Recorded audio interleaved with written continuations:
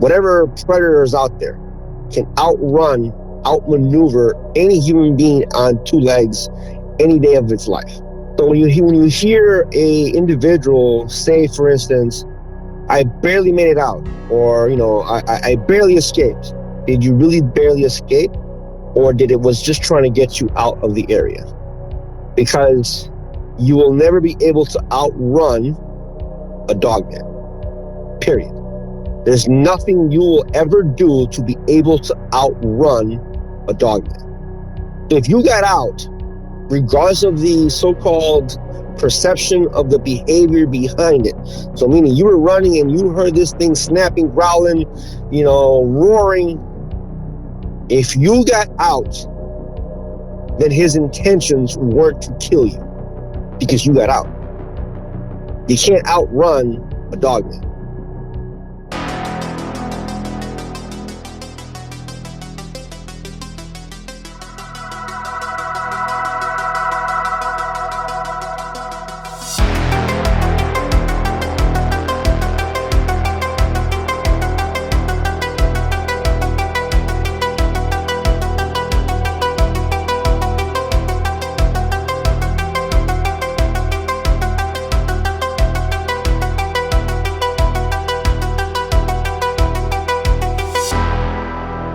I'd like to welcome to Bigfoot Crossroads, Mr. Ricardo Sanchez. You know, if you've listened to the show, you know that I keep pretty grounded in the Bigfoot phenomenon, but I do have interests that run outside of that one. And one of those interests that I really don't know much about is Dogman. And I put out a request this past week if there's anybody out there who had a dogman encounter story that they'd like to share, to hit me up. And one of my former guests actually reached out to me and said, man, you have to get Ricardo on your show. You got to talk to this guy.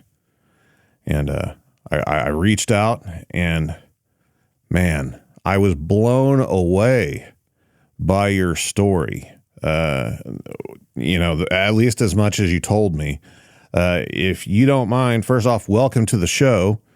And if you could just, you know, go back over how you got started in this crazy subject.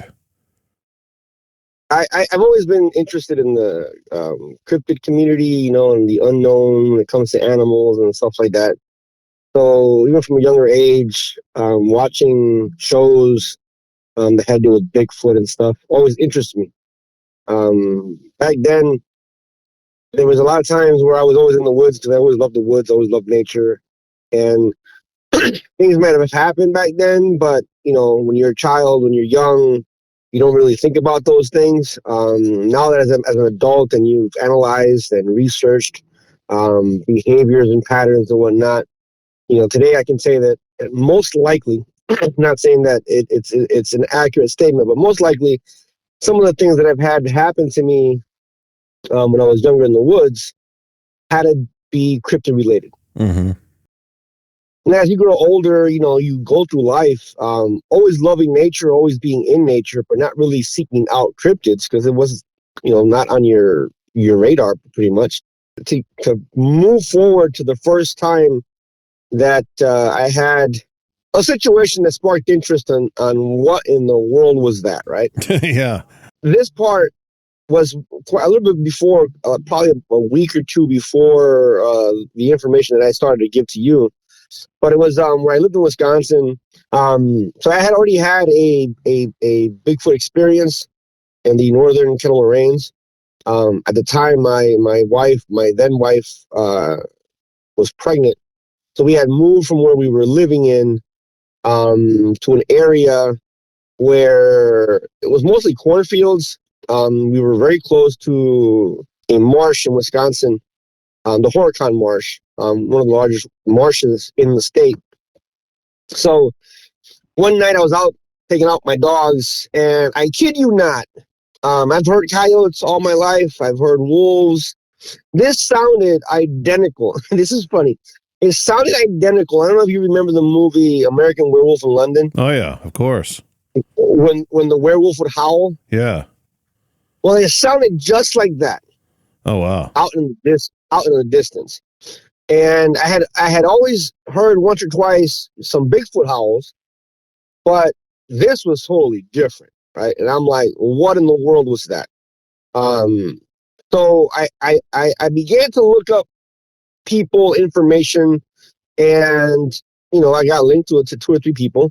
I began to ask questions and whatnot, and I always got the runaround or information I couldn't verify, and no one had like actual information when it comes to the cryptid itself.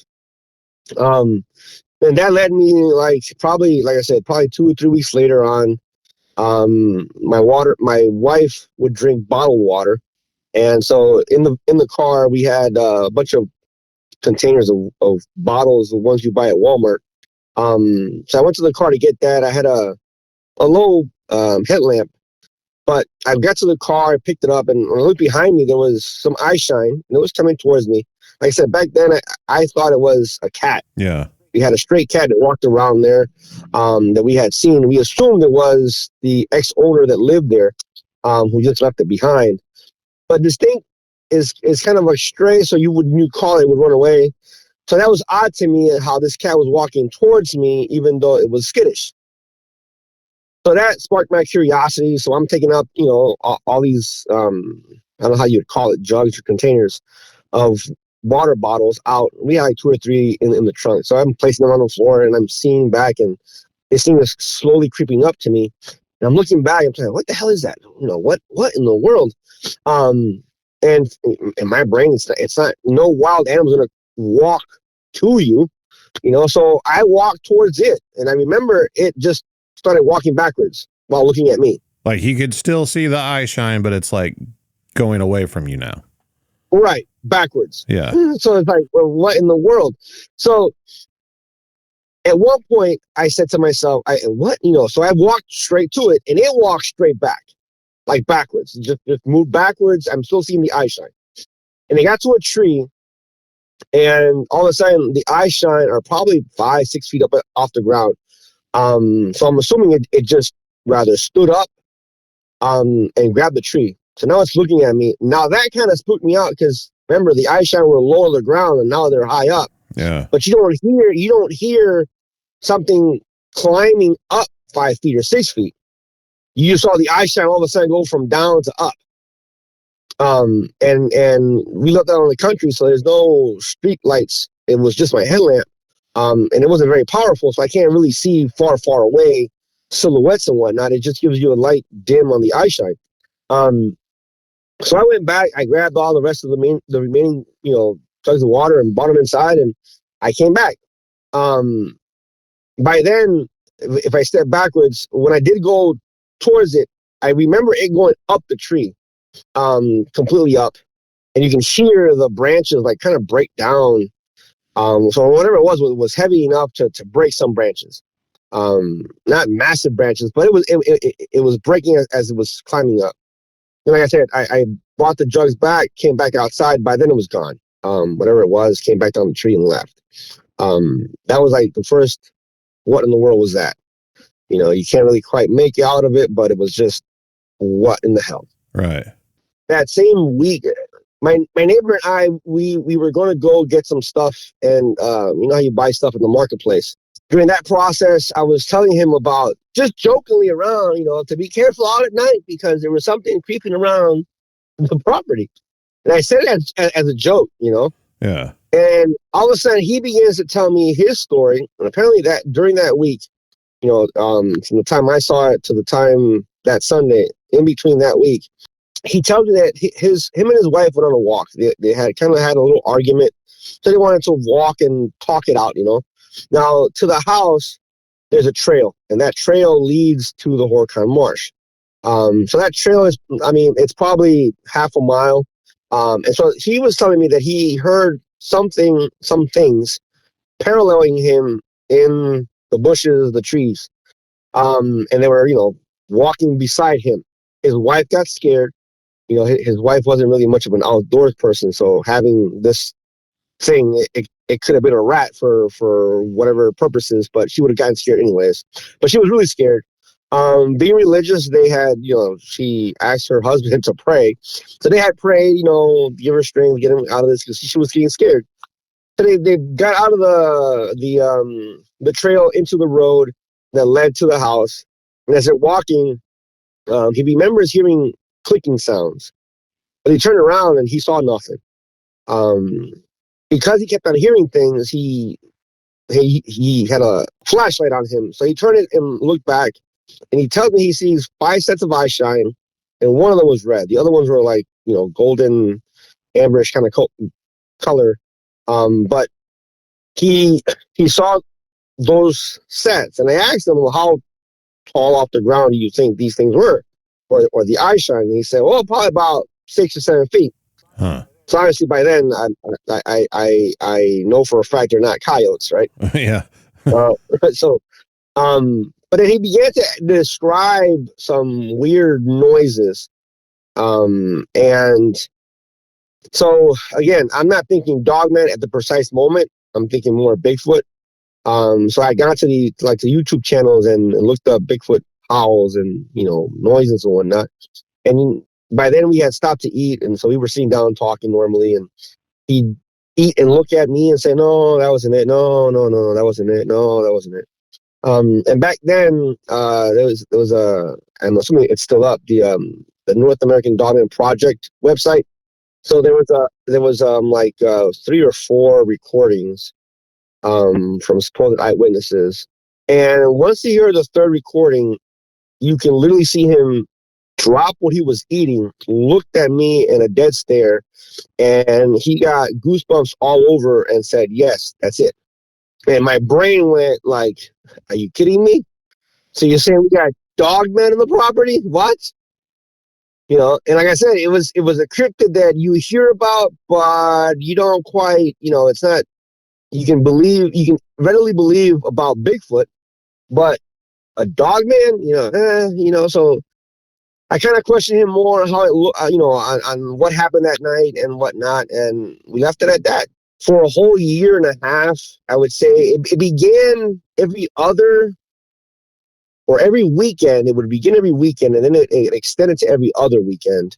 Normally, it would be like a Thursday, Friday. It would start, and by Saturday or Sunday, sometimes Monday, depending, we had certain activities in the yard.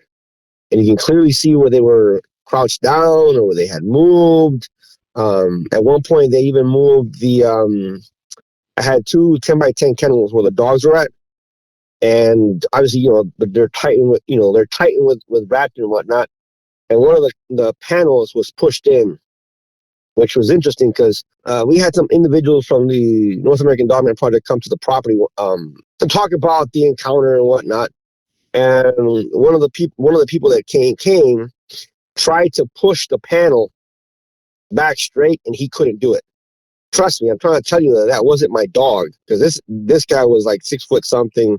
You're a 230-pound individual. He couldn't get it straightened back up, and so obviously an 80-pound dog isn't going to do that to it. And they had done it from the outside. They leaned on it, I guess, and pushed it. So it just bent inside. But anyways, so, during that whole year, we had multiple activities in the property. I remember one day we had I guess the time where the fear factor came in so strong, I thought I was about to die, was one night. What led up to that was my wife had accidentally started a house fire. So my parents were coming over to visit. They hadn't seen my son for a while, so I had to kind of remodel the kitchen, take out the vinyl flooring, put new vinyl flooring in, and change the cabinets. So that night I was not working. We had managed to take out prior the whole vinyl. So that day we just installed the vinyl, and I had taken all the cabinets outside. And at one point, I'm looking for my utility knife to cut the edges. And my wife says, I think you left it inside the cabinet outside. So I walked outside. Now, mind you, on the back of the house, All you have is darkness and cornfields, plus the yard of the property. And so all you have is the light from inside the house. Since the shade was open, the light comes out to the glass because it was a sliding door. You'd see that glare, right, a couple of feet from the house. Yeah. But as long as you keep on walking out, it get darker and darker and darker. So I went to the cabinet, and as soon as I got to the cabinet, this feeling of imminent doom just came over me. This, like, you're about to die. This fear, it just overwhelmed me. And through past experiences, both in the woods and in corrections, the first thing I did was I turned around really quickly. And as soon as I turned around, there was a white dog man who had kind of peeked out of the side of the house and peeked back in. So then I can only see probably half of his face, slight of his shoulder, and that was it.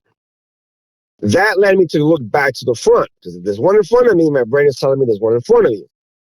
And sure enough, in the dark, you see an outline of one coming towards you. And my emotions were telling me the one in front of you is what's causing you to feel this way. So I put my back towards the house. When I did that, now I'm seeing 3 more coming out of the cornfield slowly. So now it's a holy crap moment. I got 5. So you're just surrounded at this point?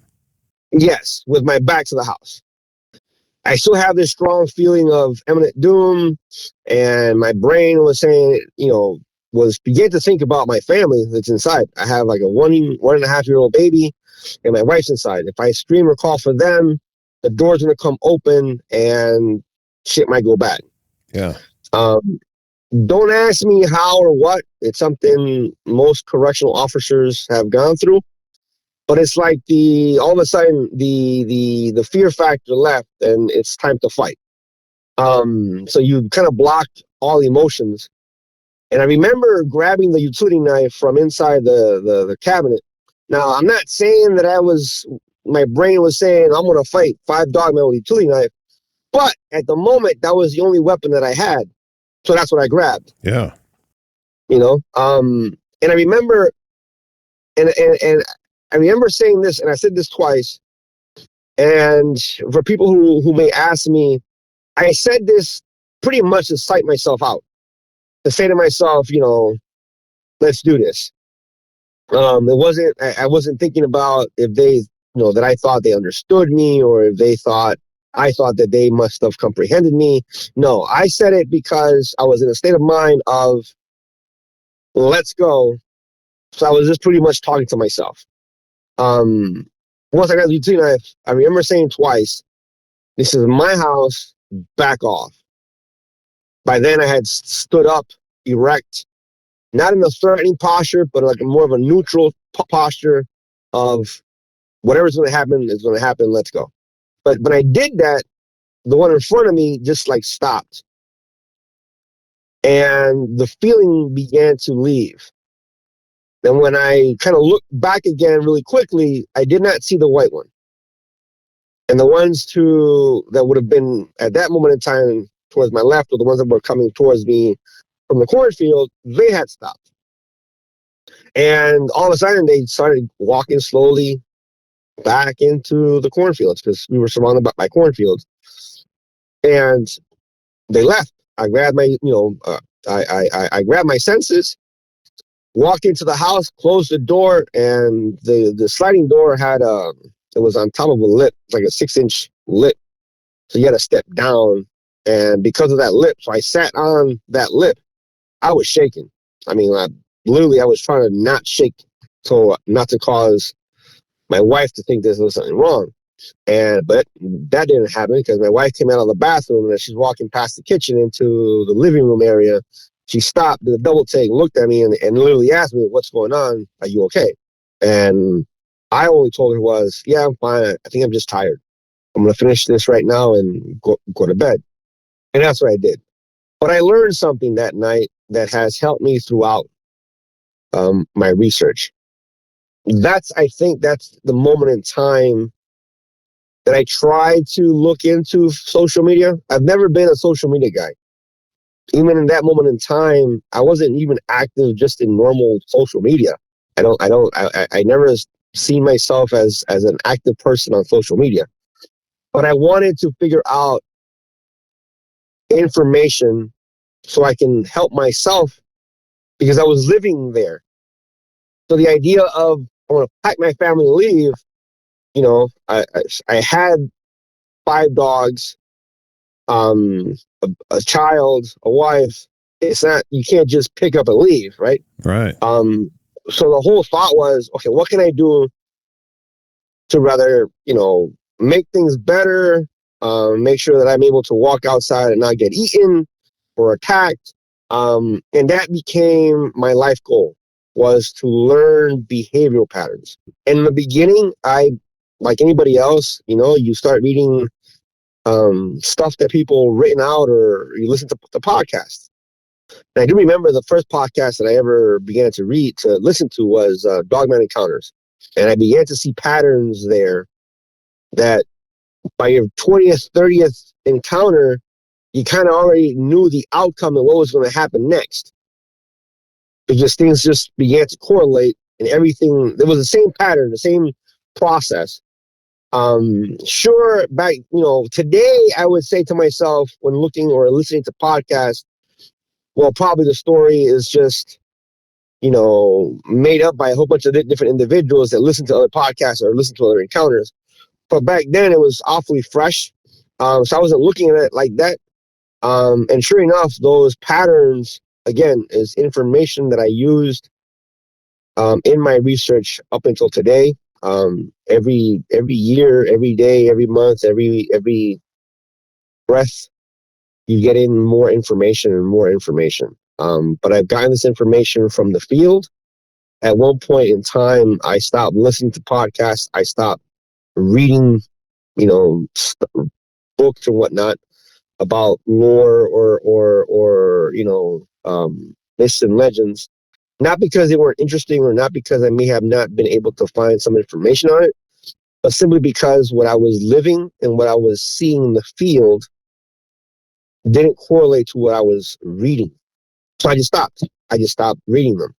And I just involved myself into the woods, and doing things to get closer understanding of how they behave and how they process things versus just being scared of a cryptid. Right. And that led me down a path of getting to know many eyewitnesses that I've worked personally with, who have helped a lot throughout the years. I've helped a lot of farmers, a lot of individuals, personal, who have own homes, whatever, coexist peacefully, and been able to stop the bad activity. Which at the moment it seems like bad activity. Once they realize what's going on, it's just it seems like a normal response. Once they realize, oh, that's it, and then they do these little things, and that's it. Right. The so-called bad activity stops. I mean, it can be a lot to process. I mean, whenever you're, encountering one of these things, I can only imagine. I've never encountered a dogman. So the first place a normal person's mind goes is like, oh my God, this is a monster. Yes. And therefore everything that it's doing is it's trying to get me. It's trying to hurt me. Right. How long ago was that encounter when you found yourself surrounded? Oh, several years ago. It'd be a lot longer than 5, I think. 5 years, a lot more than 5 years. So you've been doing this for a while at this point. Oh yeah. By now, I physically have seen Dogman from Arizona, New Mexico, Georgia, Tennessee, Wisconsin, Illinois, the East Coast, Massachusetts, Pennsylvania, and some other states in between. So these things are, in that sense, similar to Bigfoot, as they're just everywhere. Basically, if you can find a Bigfoot, you're probably going to find a Dogman. Going back to that initial thing, like, okay, so you're surrounded. Are they all on 2 legs or are they on 4 legs? What do they look like? Kind comparable to like, you know, the stereotypical werewolf from the movies, or are they different? So that's an interesting question. They were on two legs. What they look like, you'll have different appearances. Different. Some will have a bigger head. Some will have bigger cheek muscles. Some will have longer arms, shorter arms. Some will stand up taller. Some will have a hump. Some will don't. Some hind legs are longer than others. Some will have shorter digits, longer digits. You know, some will have their thumb more up, placed more higher up than down. You know, compared to a human. It's like trying to have a combination between, and again, this is going to sound, because I'm trying to describe something that most people have not seen. So to get to the idea of what you're looking at, you're going to be looking at, if somebody took and threw a wolf, a skinny Bigfoot, you know, into the concept. Some of them will have longer tails than others. Some will have a little short tail. Some of them will have a cat-like tail. Some of them are tall. Some of them are not. Some of them are wide. Some of them are not. In Minnesota, it's been the tallest I've ever seen. It actually was the tallest, and the first time I ever saw blue eye shine. They're scary to some. To some of them, kind of look ugly. They're kind of deformed. You look at that way because they're eyebrow ridges and their cheekbones are protruding sometimes. Some of them they're more covered in hair than others. So if you look at some that have more hair or more cover than others, might look totally different or more appealing. Like some witnesses might say it looked beautiful or looked pretty, or it was a beautiful creature. Mm-hmm. Versus some that might call them, you know, ugly or demonic looking or whatnot because of those features in the face. Some of them might have patches of hair that are missing, but their extremities are long. Their arms are long. Like that, again, some of them can be like your gorilla type muscle or your skinny monkey. You know, so they're skinnier. Some of them might have longer hind legs, so their femur, from their knee to their hip, is longer than you would think, you know, for a canine or for a human. Some of them will have where their hocks bends might be longer or shorter. So it's a variety, but I would say to look up the top of your head, imagine having a wolf combined with a skinnier Bigfoot. Their ears are more attached to the side of their heads versus like on top of their heads. But you'll have longer ears and you have shorter ears. In Wisconsin, our team saw one with like fox type ears, so they were short. So you have a lot of variations, and I think that's the variations that we have have led the community to put out the so-called list of, you know, the hyena type or the soldier type, or, you know, all these different types of dogmen, when in reality they're all the same with different appearances. And then nowadays, as I read some comments in a group, you know, one was calling the ones that have a hump aren't dogmen, are this and that. But then you see in the field how mom and dad, one can have a hump and one doesn't, yet their offspring continue to breed and produce, which tells you that they're from the same species. Because if you have a hybrid, normally the hybrid is sterile, can't reproduce. So the fact that these offspring are still producing, tells you that they're from the same species. They just have different appearances. Same with the color. In Illinois, I saw a pipette, or, you know, brown, white, and like a grayish color. I've seen the one in Wisconsin, one of the five. I'm gonna assume she was the alpha. was black with, she had a white stripe that came from both sides of her ears down to her chest, which is a marking that, normally you don't see in wildlife. And by that I mean your typical wildlife are all one color. Right. Unless you get to the jungles, and then you have, your leopards and your cheetahs and whatnot. But a black bear is normally black. It might have some white, but on average, they're just black and brown. And, you have your blondes, but they're all solid colors. A grizzly bear, you might have different shades of reds, but they're just the same color. These guys just happen to have multiple patterns and varieties of colors. Why that is, I have the slightest idea.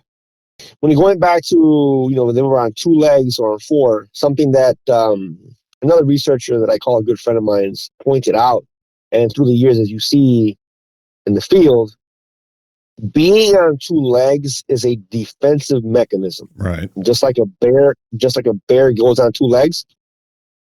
When they're in that defensive stance or mechanisms, they will make themselves taller. So they will get on 2 legs. If it's a young individual, you might not hear the snap, crackle, pop that you would hear in the past. The older ones that spend more time on 4, and most of them spend most of their days on 4. It's just younger ones are always climbing trees, are always jumping, or doing all these things. So they're always going from 2 to 4, 4 to 2. But a lot of your older ones, if there's no circumstances in which they're going to get defensive, they're going to be on 4s. And if they're on 4s for a long time, imagine if you were to sit down for a prolonged period of time watching TV. What happens when you get up? Your back hurts. At my age, everything hurts. I snap, I pop. It's horrible. Right. So when you snap and pop, it's accumulation of liquids in between your joints. Right. So when you stand up, that bubble pops. So if you have an older dogman that's standing up because of, for whatever reason, then you're going to hear the snap, crackle, pop. Versus a younger one that's always, like I said, playing on 2 legs or climbing up a tree or doing whatever else they might do, then their joints are never have an accumulation of liquids because they're always in motion. But their standing up is mostly a defensive mechanism. So if you see a dogman standing up, if anybody is in the woods or whatever and they see a dogman standing up, know to lower your guard and step away and leave.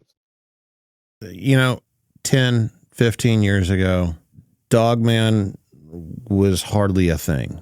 You would hear stories every once in a while trickle over into the Bigfoot world. And obviously, if you study folklore at all, werewolves and dogman type creatures have been prominent in history. But you did not have the popularity in the subject that you have today by any means. And now you have, research groups and podcasts dedicated to the subject. And you hear a lot of stories on these podcasts, like you were talking about, where the vast majority of them, these things are aggressive, they're killers, they're out to get you. What's your opinion on that? Are they really just these bloodthirsty killers like a lot of people claim, or are they just something natural that just happens to look scary to some people? Something that happens to look scary to some people. If they were bloodthirsty killers, there wouldn't be any eyewitnesses to tell their story. Any predator out there can outrun a human being, right? Lions, bears, whatever predator is out there can outmaneuver any human being on 2 legs any day of its life. So when you hear a individual say, for instance, I barely made it out, or I barely escaped. Did you really barely escape, or did it was just trying to get you out of the area? Because you will never be able to outrun a dogman. Period. There's nothing you will ever do to be able to outrun a dogman. If you got out, regardless of the so-called perception of the behavior behind it. So meaning you were running and you heard this thing snapping, growling, roaring. If you got out, then his intentions weren't to kill you because you got out. You can't outrun a dogman. Through the years I've learned, and again, I've even called in dogman. Dogman is inherently non-aggressive. This is what my experience, my research has shown me, and it has shown others as well. They're not inherently aggressive. They are territorial, but they're not inherently aggressive. Now, the problem is you act stupid and you're going to get stupid prizes. A dogman is like, in that aspect, right? And I'm not saying that they're this, but in that aspect, if you do something to a dogman, he's going to follow you, find out who you are, what you're doing, what's your purpose in his mind. And if you continue to act stupid, bad things are going to happen. But again, who started the problem? It wasn't the dogman.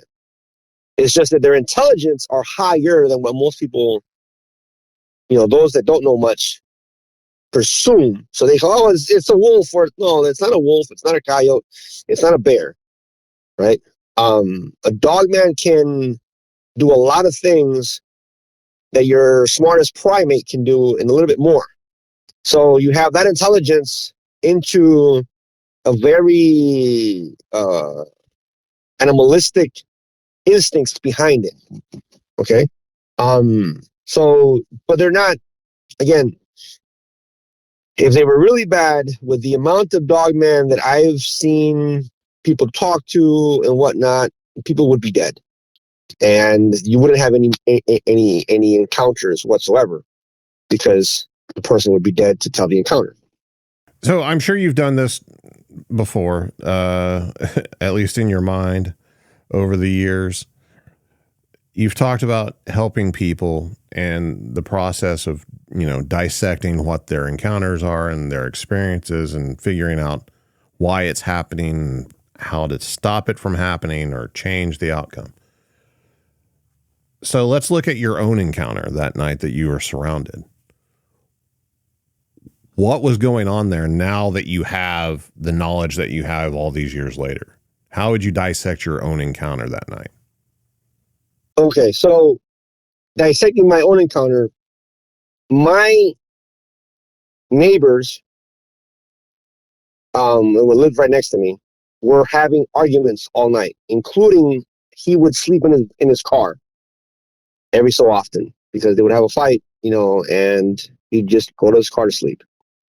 The night the day bothered me, it just happens that I was using power tools. And power tools can be irritating to their ears. That's why I tell people when I heard it once, you want to go outside with, to do dogman research with a dog whistle. And it's like, you don't want to quite do that.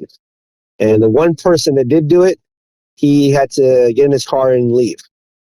It was a combination between the power tools and my neighbors arguing mostly every other night. So you might think, well, what does that have to do with dogman, right? So through the years, in this encounter, I would have to explain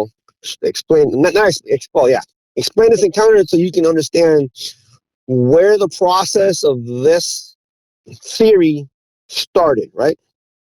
It was in Illinois. I had spent probably a week tracking down encounters in a specific area and looking at rivers and forest and the people's encounters from top to bottom in this particular area. And it was fall. It was February. I believe it was February of 18, maybe. Can't quite, but it was February. So it had rained the night before, And it wasn't too cold. I remember being outside with just a sweater. For some apparent reason that year, it wasn't too cold there. But I was with a friend of mine's, and as we were driving around looking at these different spots where people had an encounter or a situation, they heard weird noises or whatnot. When we got to an area where the first encounter happened, he tells me, and this is where so-and-so smelled something bad. And I'm driving, and I said, what did you say? Well, this is where so-and-so, smelled something really awful. So there's a parking lot there. There was a dock to get into the river. And I went in there, drove, and there's a trail that leads around the park. So me and him got, off the car. We left our stuff in the car besides my phone.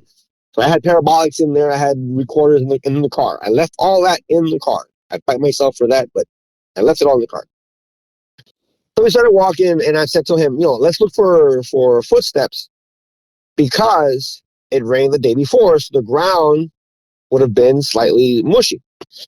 As we were walking the trail, he begins to get this sickness feeling, right, in his stomach.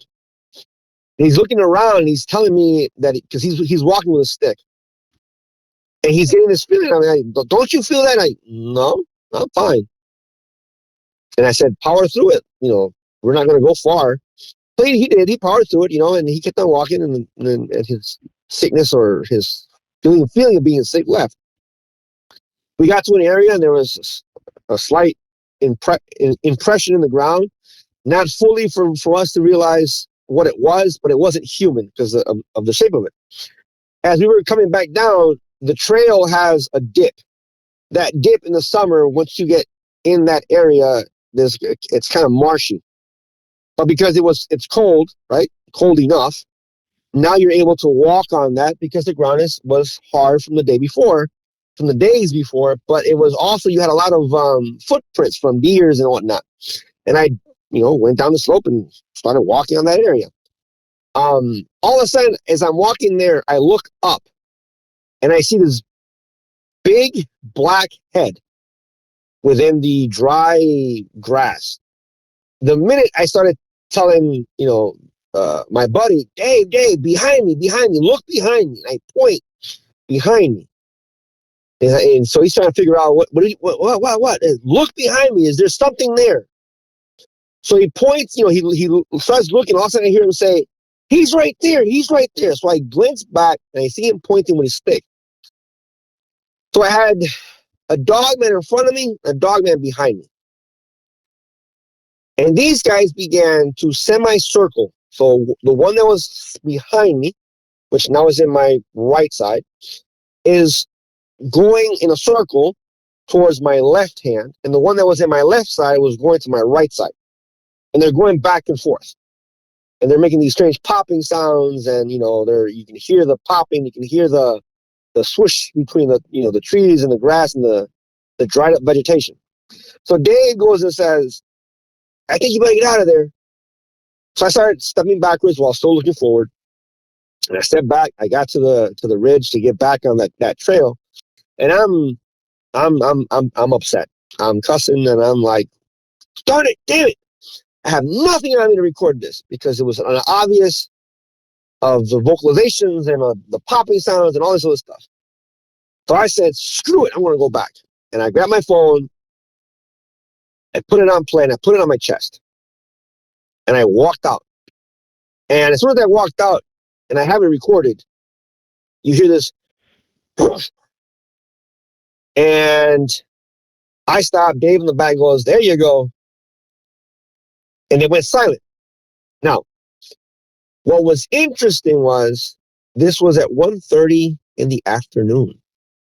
And from where I was standing, I can see homes. Just right there. Why would two cryptids who are supposedly, this elusive creatures are making a ruckus when you have probably about 4 homes on that street right there at 1:30 in the afternoon? So using my common sense, right, dealing with animals all my life, I said the only way a creature an animal, a human, is going to act up this way is if he's defending a den or young ones. That was what came into my head. So then I went back and I began to PM every darn eyewitness that I ever talked to and ask them, because by then I had a somewhat idea of when pups would hit the ground, right? So I began to ask all these individuals, during your encounter, did you ever see a younger dogman? And every single one of them said yes. Huh. What's going on here? Because it's 1:30, when I first get into the car, it's 1:30 in the afternoon. They were acting up stupid. There's houses there. And then I began to talk to some eyewitnesses and then realized that there was den-type structures deep in the properties that the owners simply never went to because they thought it was something else. So they just left it be. And then one day, as I'm thinking about all this, all of a sudden, you remember the documentary of Maine, of the family that got surrounded one night?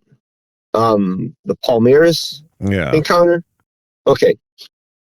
That show or that documentary popped in my head all of a sudden. Days have already passed, and I'm, like I said, my brain is trying to figure stuff out here. And that documentary popped into my head. This house had been non-occupied. They rented it. Her daughter stumbled upon a den.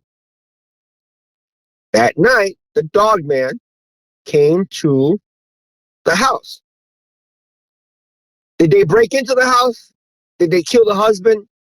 No. And by morning, they had gone. They left. Looking at that, and I'm realizing, well, wait a minute.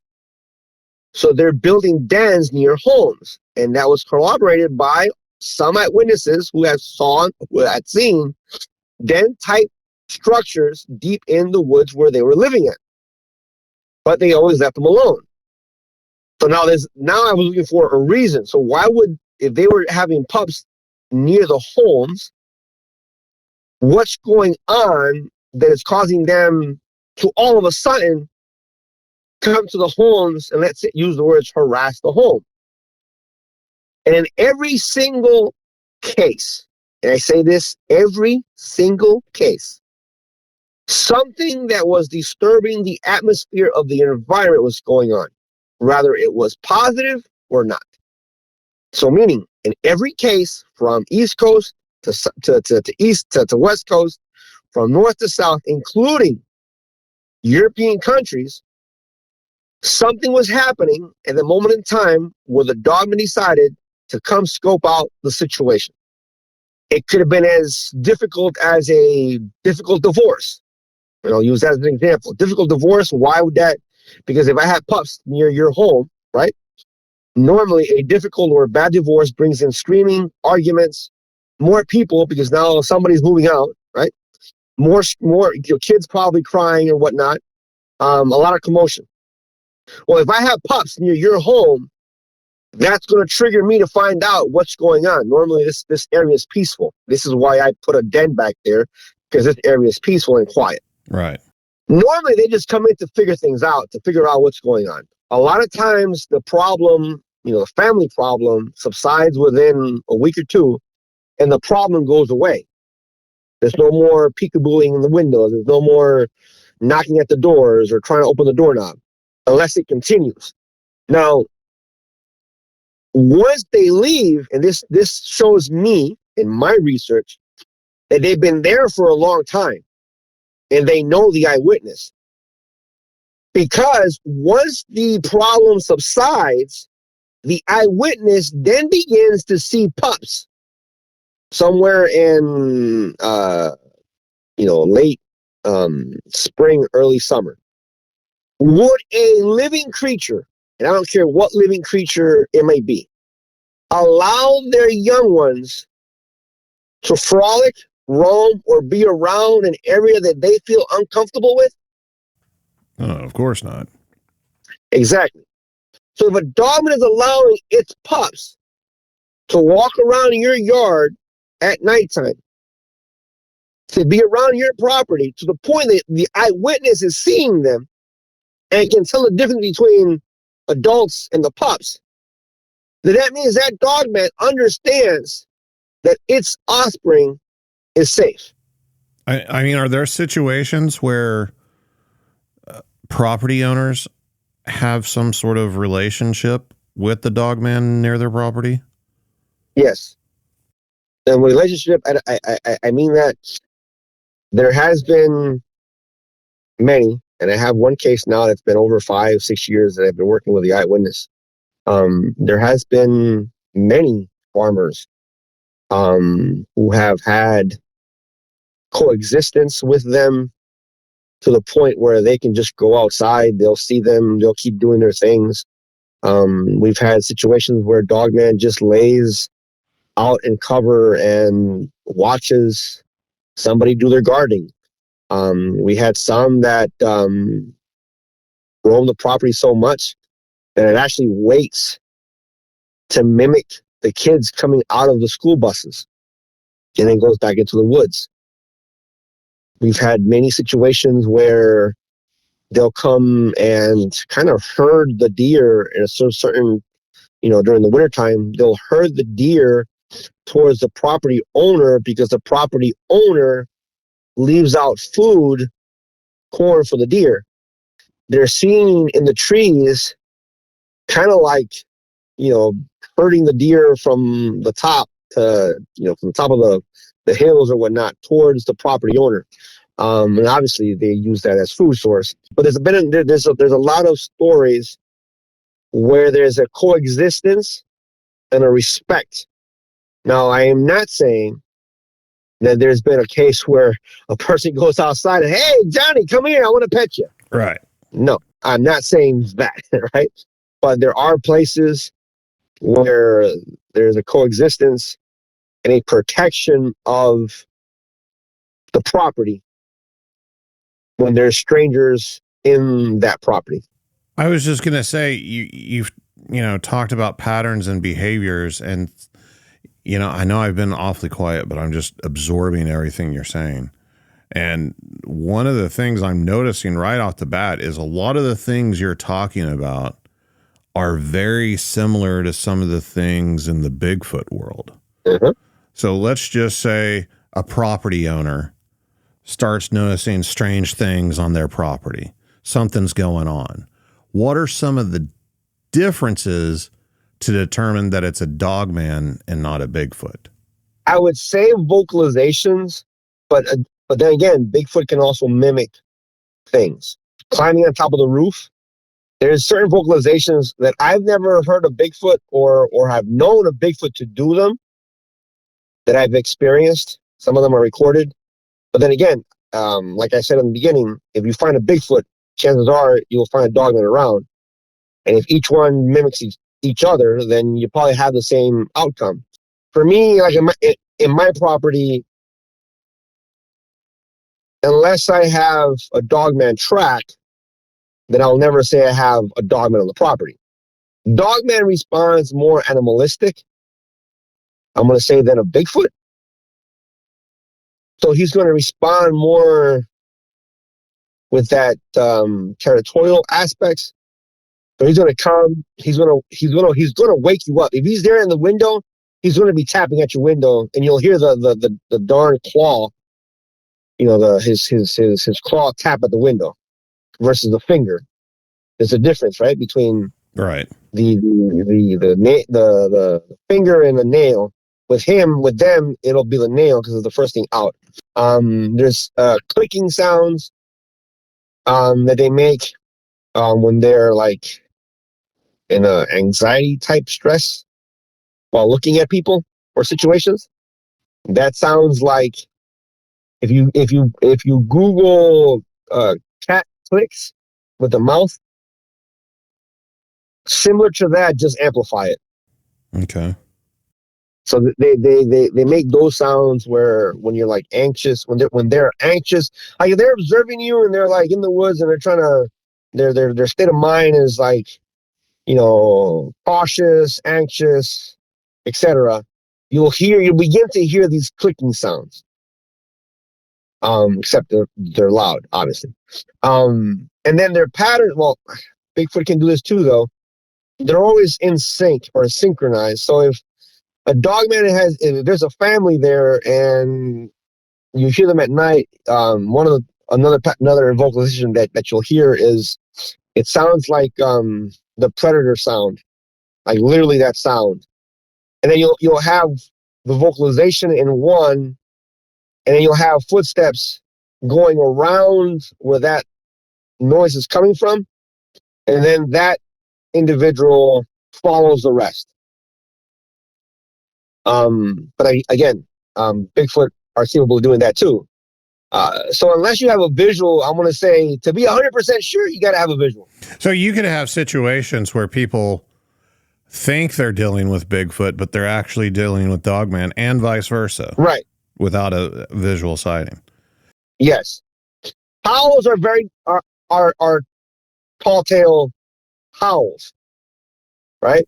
Yeah. When Bigfoot howls, you'll have a humanistic type howl. Yeah, it's deep, it's loud, whatever. But you can tell that when a dogman howls, it's like a canine howl, except it's amplified 1,000. But you'll still hear that canine tone to it versus a Bigfoot's howl, if that makes sense.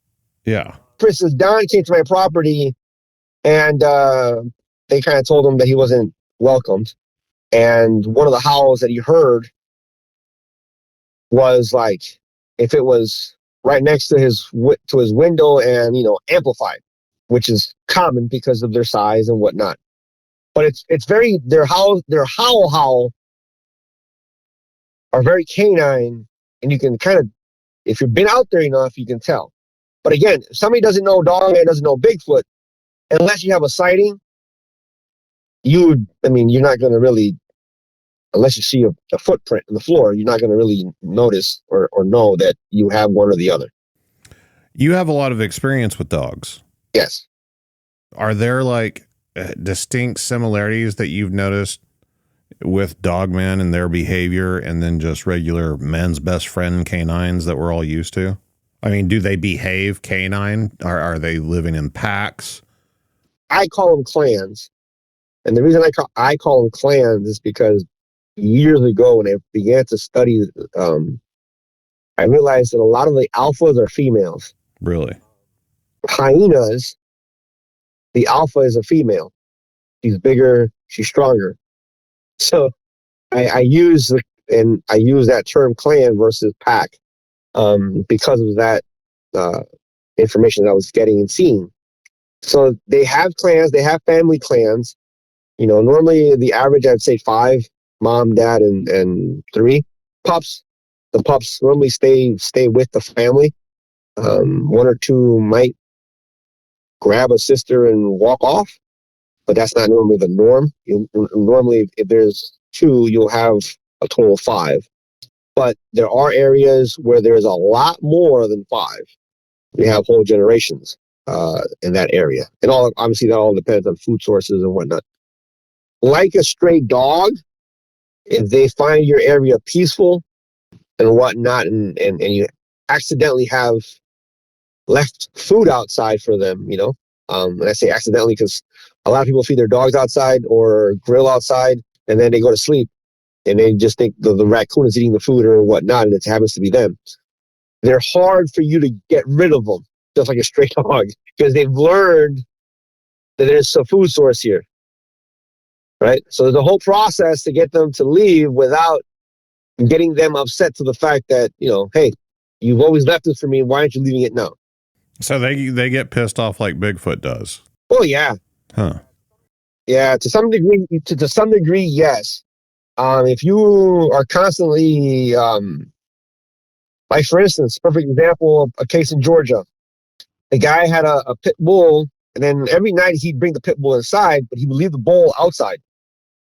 And the bull always had leftover food because the dog never ate it all. Besides, because it was Georgia, it wasn't so cold. So the guy would still grill like his hamburgers or his steaks outside, and he would leave like the fats on the grill. He always thought that it was the raccoons and whatever eating up his stuff and the dog's food. And so one day, because he was having problems with his wife, he began to go fishing. Obviously, by then it was, fall or whatnot. And one day he went inside, his wife started arguing with him. He walks outside, and sure enough, there's a dog man beside his truck trying to snatch his fish from the back of his pickup truck.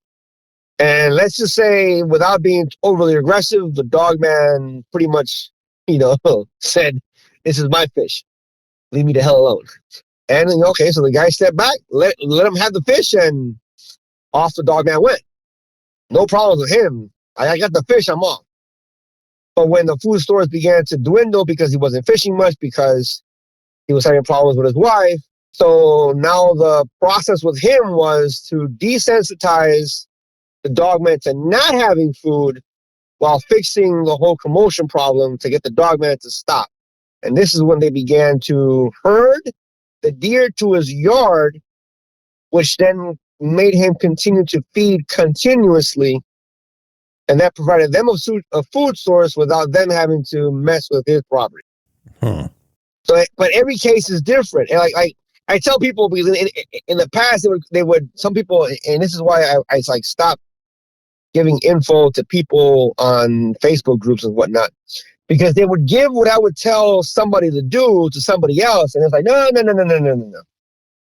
What I tell John Doe is not what I'm going to tell Jane Doe, even though both scenarios look alike, because there's a different group, there's a different clan, there might be other, hidden agendas in there that people do not know, which because of those hidden agendas, now I have to switch. Oh, okay, wait a minute, and do this, this, and this. They can be stubborn and leaving once they've found that they have a source of satisfaction, meaning they find something that benefits them. Have you talked to a witness or handled an investigation where things were getting really bad, like the dogman came in the house or anything, or the person was actually in danger? Oh yeah, the Georgia guy, the dogman began to he had driving to work once. He shot it in the chest. He was driving home from work, and he was running with two or other clan members in a field, and he literally stopped his truck, took out his gun, and shot it in the chest. Obviously, he didn't kill it, but that dogman now is a little bit ticked off because of, dude, you just shot me, right? What helped him was that there was more positive in his property than negative. But this dogman tried to break in, or not, I won't say break in because he could have break in if he wanted to, but he would turn the doorknobs, and try to get in. And one day I remember he tells me that he remembers there was a kids were in the house and this thing was trying to get in. And he literally took his gun, ran to the door, opened it, and the dogman was face to face with his barrel.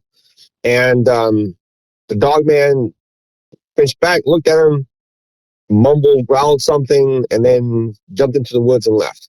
That's when I stepped in to intervene. There was another case in Massachusetts.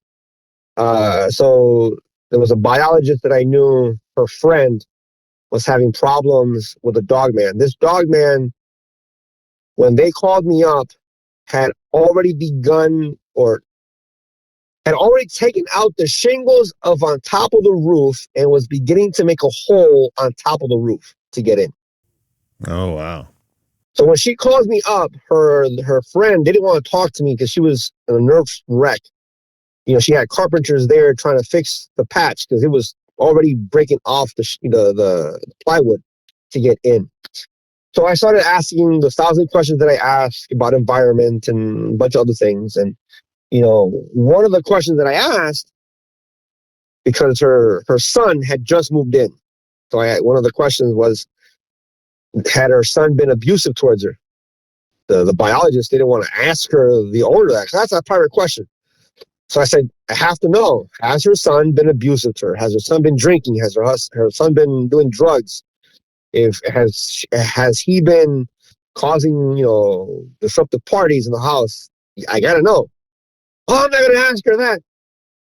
So it took me a while before I convinced her. Finally, what got her to ask her was, I bet you any amount of money, the hole that he's doing on top of the roof is over his bedroom. So damn it, ask her. And sure enough, the minute he asked her, she comes back, calls me up, and says, you were f***ing right.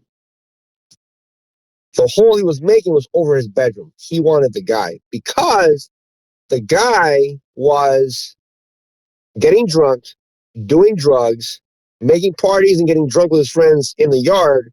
And this was the interruption of the environment that the Dogman wanted to stop. And the cause of that interruption, the cause of all this mumbo jumbo, was him. And because it wasn't stopping, he was going to do it his own damn self. He was trying to get through the roof to get to the guy. Wow. Once I told the biologist, you want this to stop now, she has to kick her son out the house, like now. And sure enough, as I'm talking to you now, she told her that she made the decision because she was scared. She kicked her son out, and her son was already a full-grown adult. He was like in his late 30s, early 40s.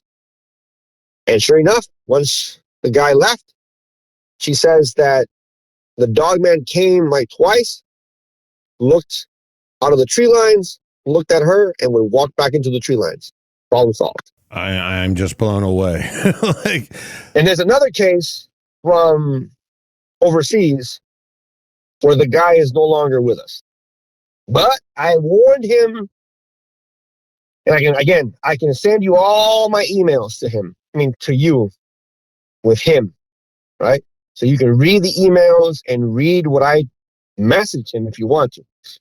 This guy, he was a hunter, and he had seen Dogman following the eyewitness. He at first was scared for his eyewitness, for his friend. I told him, because that's when the conversation starts. He messaged me, and I told him, your friend is fine. They've known each other for a very long time. They have a somewhat of a coexistence, an understanding. They do follow her when she goes on her runs in the woods, but they're not going to harm them. They just leave it be. He kept on asking. At one point, one of the emails asked, how does he kill them? And I'm like, don't even think about it. It's going to go bad for you. And I tried, and I told him the consequences. Don't try it. She's fine. Don't get involved. Let it be, et cetera, et cetera. One night, he tried to follow the eyewitness into the woods, and they growled at him. He stopped, got back into his car, and left. Later on, he went in with a friend, started following her, and that was a shit show because the eyewitness is military, trains the police officers in hand-to-hand combat and a bunch of other things, right? So the eyewitness hid in the woods because they realized that somebody was following the eyewitness. And as soon as the eyewitness took the turn in the road, the eyewitness popped up and sidekicked him in the face. His friend began to scream because he doesn't know what's going on. It's dark, right? And now his friend is on the floor. So they began an argument of what you're doing here, this and that, blah, blah. And the Dogman came to the eyewitness, let's say, rescue. And they began to growl and snap, just like bears snap their jaws. The eyewitness told them to go back to their car, but then realized if I tell them to go back to the car by themselves, they're not going to make it to the car. So they grabbed both guys and started walking out as the clan followed side by side. And I can show you the picture because we joked about this for so long because he had to go to the hospital. I think the kick broke his socket and sides. So he had a big patch, black and blue with a big patch taped So that became a joke, for doing what you're not supposed to do. They got out, obviously, but months later, apparently, they began to kill his dogs. So he wanted to get revenge because they were killing his dogs. He set up a trap using the eyewitness. And the eyewitness, with her background, kind of realized what was going on, came back into the house and punched him again and walked out. So I'm going to say probably 3 weeks after that, the guy tells his wife, hey, I'm going to go on a hunting trip. To the same woods where the Dogman roamed. And let's just say he hasn't been found since. Oh, wow. Gone. And like I tell you, I can show you, I can send you the emails after he got kicked of me pretty much, cussing him out for being stupid and telling him stop it before you get yourself killed because they're going to protect her and this and that last message. And well, unfortunately, like I said, now he's no longer with us. Last thing was, like I said, he told his wife he's going to go on a hunting trip. And he's never been found again. And this was overseas, you said? Overseas. Can you say what country it is? Croatia. Oh, wow. I mean, that's just crazy. Like I said, for everything that I'm telling you, I can show you with this guy, I can show you the emails of him and I going back and forth. I think it was like 5 emails long. And when I say long, they're long emails of our conversation back and forth. I mean, the type of behavior that you're talking about, I mean, that's extremely intelligent behavior. Yes. Way beyond normal wildlife. Right. Do these things have a language? Are they in that area of intelligence? Up to date, I will say no. But to give it an example, right? If I want to teach my dog how to sit, again, this is just as an example, so the listeners and yourself can understand from where I'm coming from, right? Mm-hmm. To explain it, I can tell. For me to teach a dog how to sit is going to take multiple repetitions of the word sit and showing him the action before he realizes that the word sit is meant to have him put his butt on the ground. If a dogman wants to learn the word sit, all I have to do is do it once, and he already knows what the word sit means. So a dogman that sees you, let's say, opening your shed door, and in front of your shed door has a bunch of garbage in the front, right? Right. Let's say whatever, pieces of wood or canisters or whatever. If he's seen you multiple times having to put all this stuff out to open the shed door, and then you walk out and you put all this stuff back, this dogman can take the stuff out, open the door, get in, and roughly put the stuff back how they took it out. Have you personally experienced or talked to a witness that you believe was credible that claimed any sort of paranormal or psychic abilities? No. And that's what gets me, and I will stand by that, right? Is this. For me, it's compelling. It's a red flag, right? Mm-hmm. That a let's say a new researcher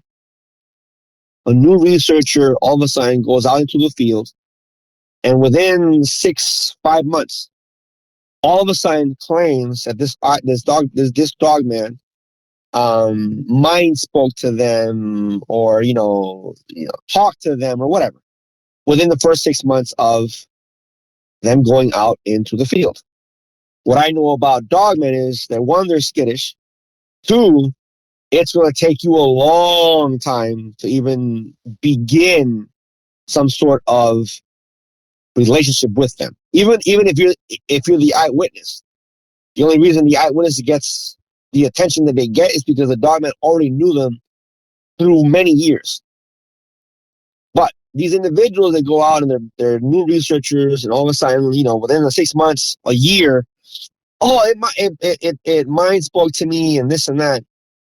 But then again, you'll have an eyewitness who's a farmer who's lived with these things through 2 generations will tell you no, if they've never experienced it. So then some of these individuals, without telling them the accounts that I have, will say, well, you have to be friends with them. They must like you and this and that.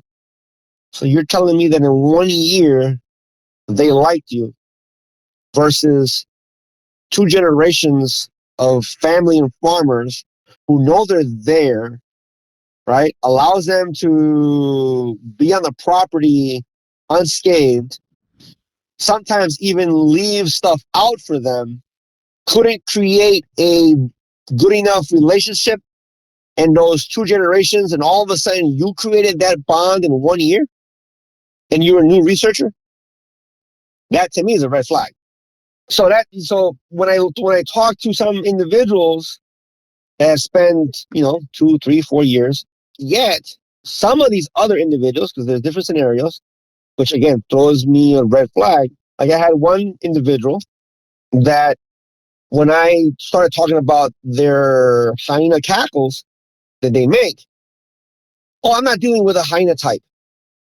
And now this person would mention how they would talk to her, mind speak to her, this and that.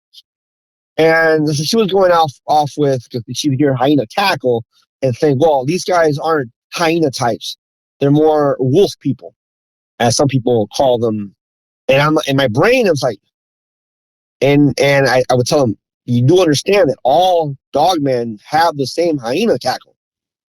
No, but these aren't hyena types. It doesn't matter. The ones in Wisconsin, the first clan that I met, weren't hyena types. They looked like oversized wolves on steroids.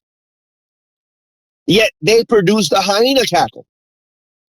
Oh, I didn't know that. Well, wait a minute. If your bond is so strong that you're supposedly being mind spoken to, how is it you don't know the basics? That's another red flag for me. You're fully immersed in the cryptid world. Like, you know about the Bigfoot stuff just like the Dogman stuff. So you're fully aware of, the stories of, active government cover-ups whenever it comes to Bigfoot. Is that sort of thing going on in the Dogman world as well? I do have some reports of credible people, places that I've physically been to, right? And for me, if I'm able to go to a person's house and the person allows it, guess what? I'm doing a trip to that person. And I've been to places, I've stayed over, eyewitnesses' homes, I've camped out in their property, a lot. So when I say credible people, it means people that I physically have met, shook hands, and have probably seen or experienced something in their property. But yeah, these credible people, there's enough evidence to lead me and a lot of others to speculate that the government knows about dogmen, and sometimes rounds them up. Are they all tagged? And some people say, no, that's kind of impossible. Because if I produce, right, and I'm not saying the government has produced dogmen. Let me get that clear. Right? I am not saying that the government has produced dogmen. But scientists can produce a human being. Can a government produce 5 dogmans through already genes or genetics that's out there? Sure. They do it with all other animals. It's called cloning. Can they do that and tag them? Yeah. But those tags won't be on the offsprings. So once the offsprings come out, those are untagged. They would have to be rounded up again. But chances are by then the family has moved. And sure, they're tagged so they can find out. But if they don't round them up, all of them throughout the United States and throughout the world, not all dogmen, quote, will be tagged. So there's been cases where if I use the word military, but, private contractors have come in and have rounded a few up and have taken them. There has been private contracts who've come in and taken some out, meaning killed them. So Is there military involvement? I'm going to say yes. To what degree that involvement is, I can't say, because most of my research was involved in learning behavior. Whenever you're talking about coming in and like rounding some up, I mean, like putting them in cages and taking them. For what purpose? I would have to talk to one of them. But there's even a audio from a surveillance camera. But it's not on the camera itself. There's a surveillance camera that picked up the audio of at nighttime them coming in. There's a lot of shooting. There's a lot of growls, running, then cages rattling, and them leaving. Have you spoken with anybody in the government or law enforcement that's talked about these things? Yes. A lot of them will give you the not the runaround, but people, because I've had family who's in law enforcement, and I'm working in the corrections. You meet a lot of law enforcement. They'll just give you the gist of what they've experienced in the field, but they won't give you like full details, unless it's an officer or somebody who's no longer in law enforcement or whatever branch they might be in.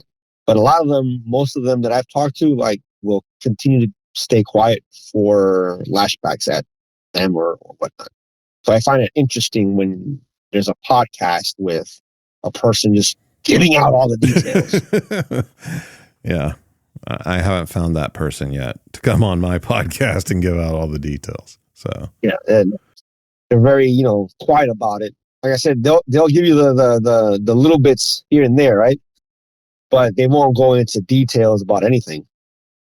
Sometimes you'll find, well, don't go to this place, or there's a reason this park is closed, or whatnot. But they'll leave you with that. They'll leave you with that. They won't give you like, on certain time, this and this happened and blah, blah, blah. They won't, they'll just give you the black and whites and leave you the grays for you to think about it.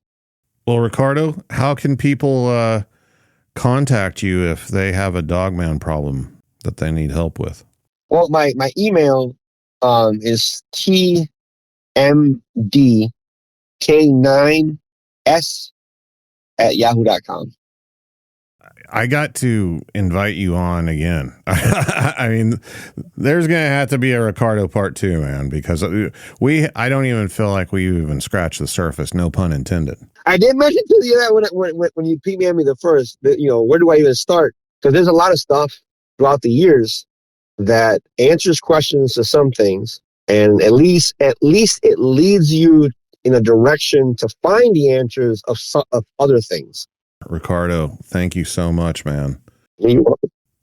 And if you've encountered something you can't explain, whether it be Bigfoot or Dogman or anything at all, email me at bigfootcrossroads@gmail.com.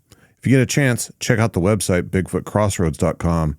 You can find links to all my social media, links to the merchandise, a contact form to reach me directly, past episodes, everything you need, all in one place. And until next time, remember, there's something in the woods.